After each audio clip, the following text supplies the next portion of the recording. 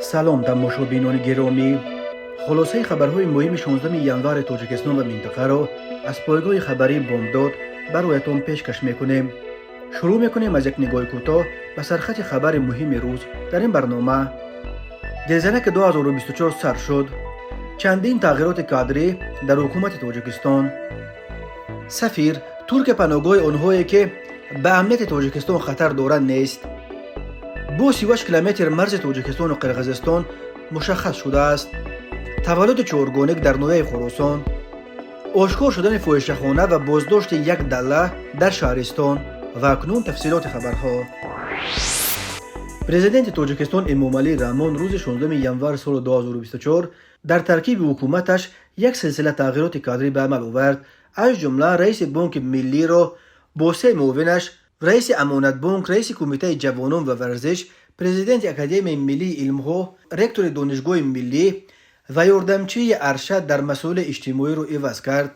از جمله حاکم خالقزاده از مقام رئیس بانک ملی تاجیکستان برکنار و به جای او فردوس طالبزاده که تا امروز معاون اول رئیس بانک ملی بود تعیین شده است. حاکم خالقزاده با فرمان دیگر پرزیدنت معاون اول سروزیر تعیین شد. این کرسی یک سال باز از زمان رئیس ولایت ختلان تعیین شدن دولتعلی سعید خالی بود. با فرمان پرزیدنت علی جان سلیمزاده پسر رئیس سابق ولایت ختلان از وزیر سابق نقلیات عبدالجلال سلیمزاده و فیروز شریفزاده پسر وزیر سابق امور داخله حمیدین شریپوف نیز از مقام معاون رئیس بانک ملی با سبب به کار دیگر گذاشتن آزاد شدند.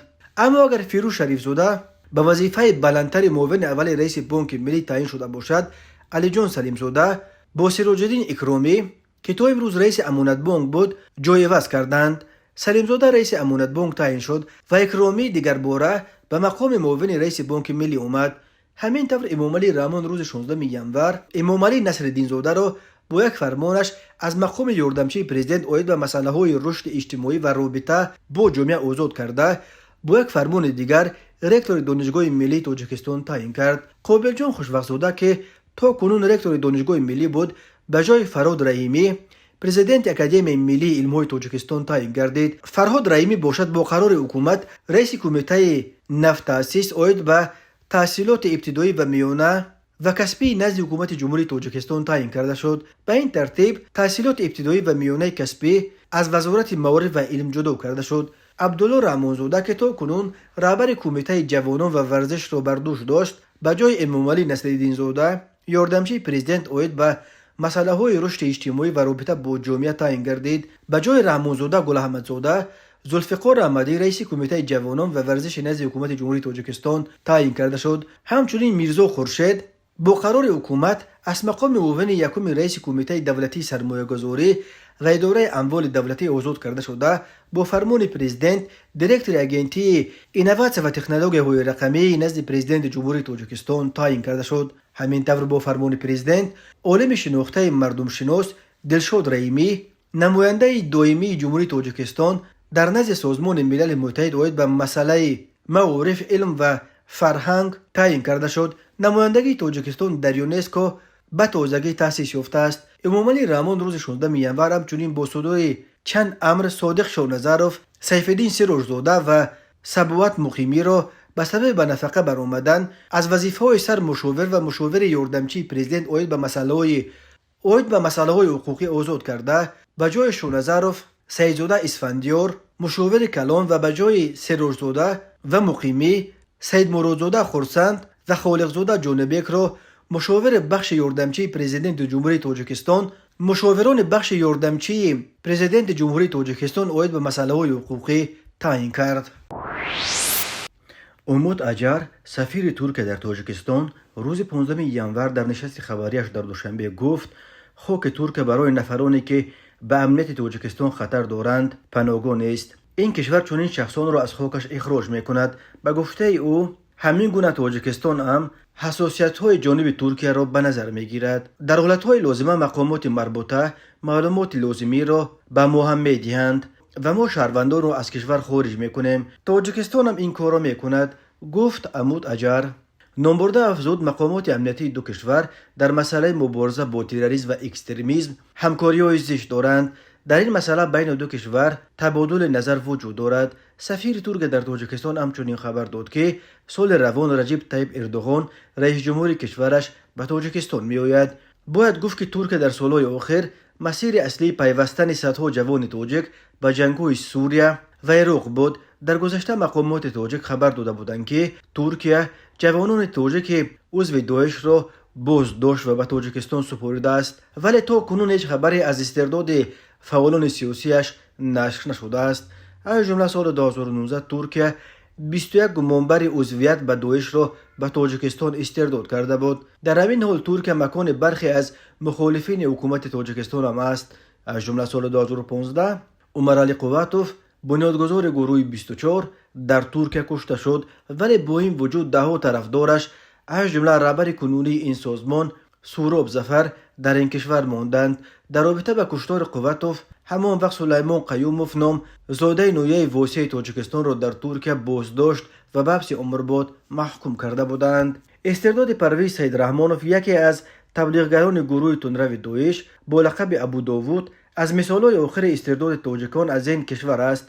مقامات ترکیه ماه اکتبر سال 2022 همراه همسر و 4 فرزندش به تاجیکستان دادند. ابو داوود در تاجیکستان با جرم آدمکشی، گروگانگیری، جلب و اشتراک در جنگ‌های خارجی، تشکیل و رهبری سازمان تروریستی به 21 سال زندان محکوم شد.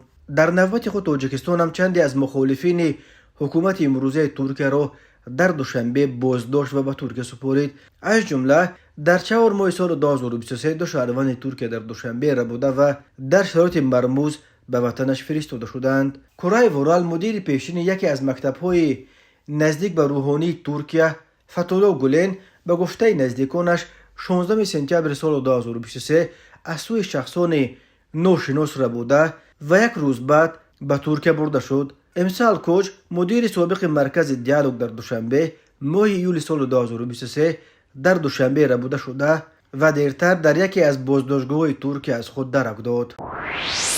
خبرگزاری رسمی حکومت تاجیکستان خاور شام 15 ژانویه سال 2024 خبر داد که روزهای دوم 15 ژانویه سال 2024 در شهر بادکند قرقیزستان واخوری نوبتی گروه‌های کاری توپوگرافی و گروه‌های کاری عاید به مسائل حقوق ایالت‌های حکومت جمهوری تاجیکستان و جمهوری قرقیزستان عاید به دمیلیتاسیا و دیمارکاسیای سرحد دولتی برگزار گردید.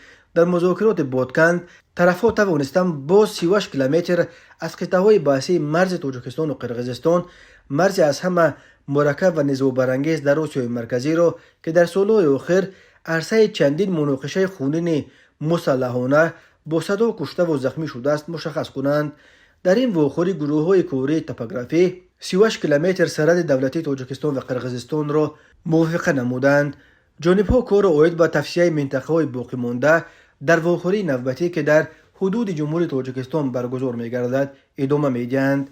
از نتیجه واخوری پروتکل دخلدار به امضا رسید، گفته می‌شود در اطلاعیه کوتاه رسمی. درباره اینکه این 38 کیلومتر موافقه شده کدام قطعه‌های بحثی مرزی را در بر می‌گیرد در خبر چیزی گفته نشده است، اما روز 12 ژانویه سال 2024 رهبران ایالت‌های تاجیکستان و قرقیزستان در مذاکرات مرزی سیمومین یتیم و قمچیبک توشیف در پی ملاقات نوبتیشان در شهر بادکند قرقیزستان اصرار داشتند که آنها وابسته به سمت قلندو، مقصد، ارقه و راه خسته ورز به قرارهای مهم دست یافتند.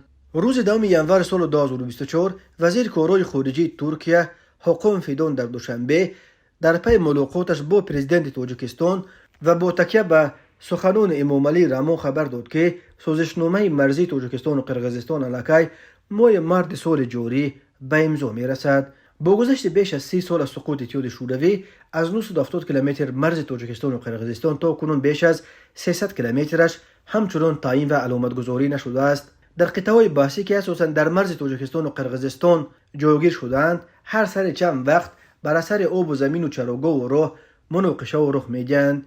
این مناقشه و بعضاً به تیرپرانی‌ها می‌پیچند و باعث هلاکت مردم از دو طرف می‌شوند. در سال‌های 2021 و 2022 در نتیجه زدوخوردهای مسلحانه در مرز دو کشور نزدیک 200 نفر کشته شده، بیش از 700 نفر از هر دو جانب زخمی شدند. تماشابینان عزیز، یادآور می‌شویم خلاصه مهمترین اخبار تاجیکستان را از پایگاه خبری بامداد تماشا دارید. برنامه را ادامه می‌دهیم. روز 13 ینور سال 2024 در یک انتخابات تاریخی در تایوان، ویلیام لای، یک سیاستمدار طرفدار استقلال این جزیره که در پکین او را جدایی طلب می‌شمارند غالب آمد. پیروزی ویلیام لای به معنای است که ساکنان تایوان میل چندانی برای پیوستن به چین را ندارند و با انتخاب لای نشان دادند که رای آنها از رای چین جداست. پس از اعلان نتیجه نهایی و برد لای در انتخابات پرزیدنتی چین فوراً و با عصبانیت بار دیگر تاکید نمود که جزیره تایوان بخشی از کشور چین است. اما لای در اول سخنرانی خود اظهار داشت که تایوان در راه بازگشت ناپذیر قرار دارد. کشور حرکت به مسیر درست را ادامه خواهد داد. ما به عقب برنمیگردیم، گفت لای.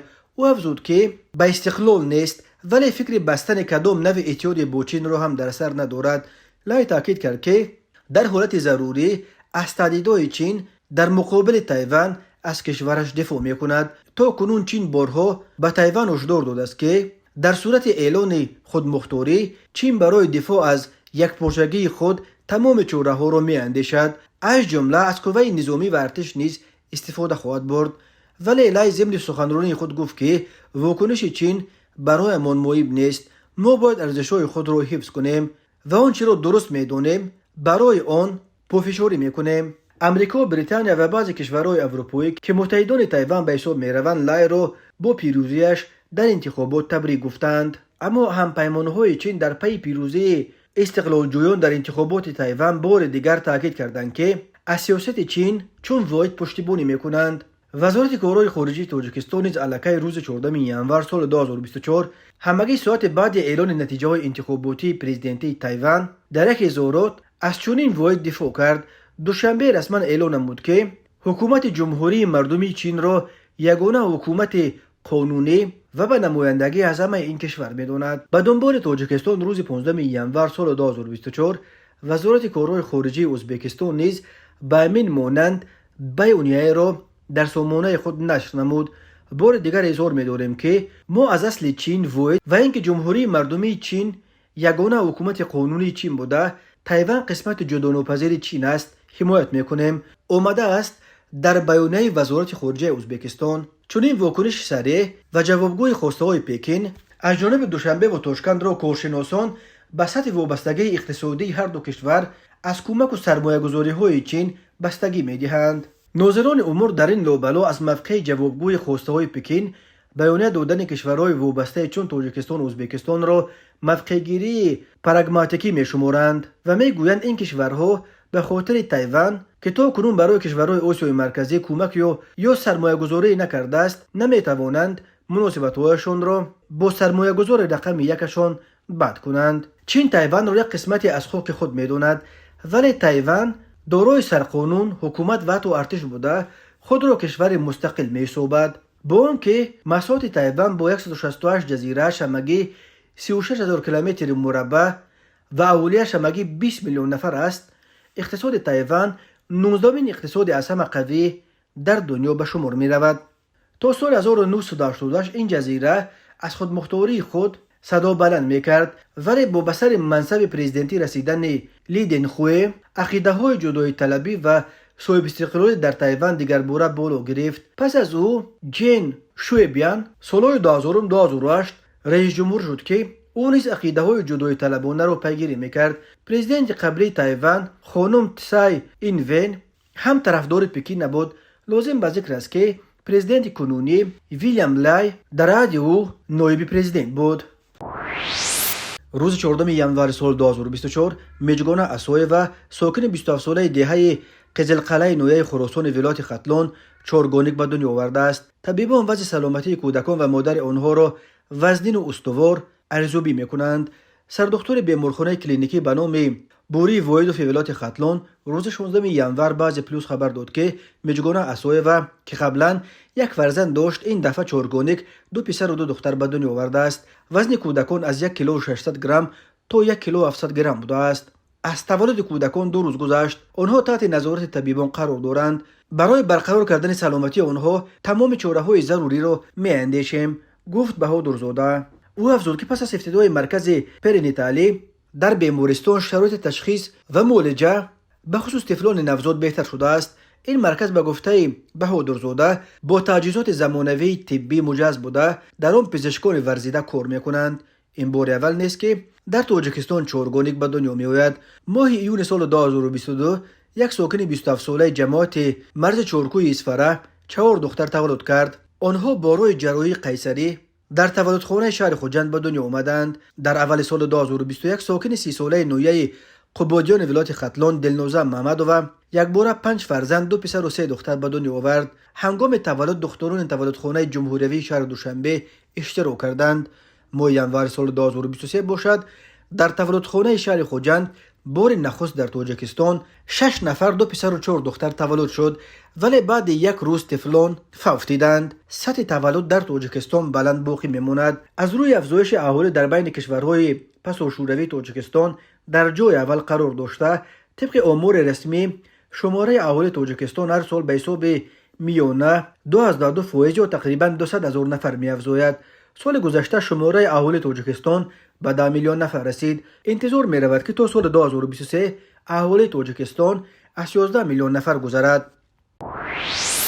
آرش شاهنظرов شطرنجباز تاجیک مقیم قزاقستان در مسابقه قهرمانی شطرنجبازان تا 18 ساله این کشور صاحب جای سیوم و نشان برنجی گردید. در این مسابقه شطرنج شامات که در شهر ترکستان برگزار شد 63 شطرنجباز جوان از همه شهر و ولایت‌های قزاقستان شرکت داشتند و آرش با کسب 7 امتیاز در 9 بازی به صف غالبان مسابقات پیوست. از جمله آرش شاهنظرov در دوره 8 مسابقه با مهره‌های سیاه بر پیشرفت یگانه چمپیونات استاد ورزش صدبک احمدینوف پیروز شد و بازی آخرین را هم به پیروزی جمع بست کرد. این پیروزی راه آرش شاهنظرov را برای اشتراک در مسابقات بیشتر شما در قزاقستان اشتراک کند.